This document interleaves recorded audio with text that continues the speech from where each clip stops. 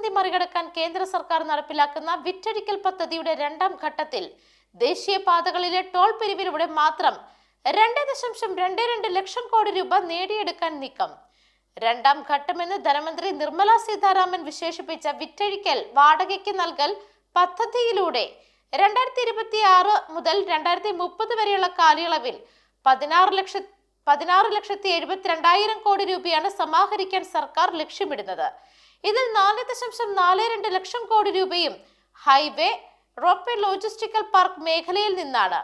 2,100 kilometre highway, 6 ropeway പദ്ധതികൾ, 15 logistical പാർക്കുകൾ എന്നിവയിലൂടെയാണ് 4.42 ലക്ഷം കോടി രൂപയുടെ ധനസമാഹരണം. ദേശീയപാതകളിലെ ടോൾ പിരിവിലൂടെ മാത്രം 2.22 ലക്ഷം കോടി രൂപയാണ് 2030 വരെയുള്ള കാലയളവിൽ സർക്കാർ ലക്ഷ്യം വെക്കുന്നത്.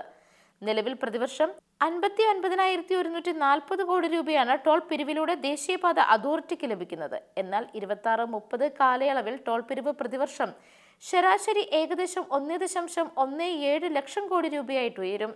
ഏതാണ്ട് ഇരട്ടി വർധനവാണ് വരും വർഷങ്ങളിൽ ടോൾ പിരിവിൽ ഉണ്ടാകുന്നത്. വിവിധ ഹൈവേ പദ്ധതികളുടെ ഇളവ് കാലയളവ് അവസാനിക്കുന്നതിലൂടെ 60,000 കോടി രൂപ സർക്കാർ പ്രതീക്ഷിക്കുന്നുണ്ട്.